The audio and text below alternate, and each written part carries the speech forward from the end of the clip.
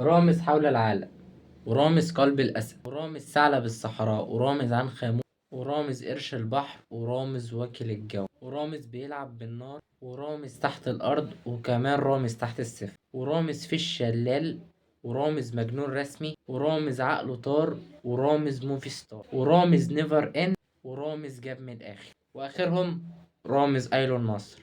كلها برامج قدمها رامز جلال. في إيه حكاية البرامج دي؟ وهل هي متفبركة ولا لأ؟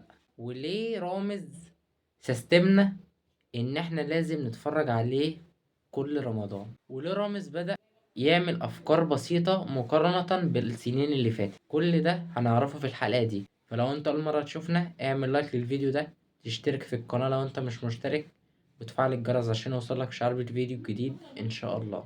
بداية من رامز حول العالم، رامز ما اتجهش على طول على المقالب. عمل حول العالم ده حوالي كام موسم، وكان بيلف فيهم في كذا دولة. وأول برنامج عمله مقالب رامز قلب الأسد، وكان بيستضيف الضيوف على أكنهم بيطلعوا الأسانسير ويقعدوا في كام دور، وبيعلى بيهم في كل دور بأسد أكبر من اللي قبله. وطبعا عارفين باقي البرامج، بس رامز كان بيستغل نقطة في برنامجين، ألا وهي الترند. يعني مثلا أيام أحداث الثورة عمل رامز ثعلب الصحراء، وكانت ماشية مع الضيوف على أكنها بجد، وما كانش فيها أي فبركة.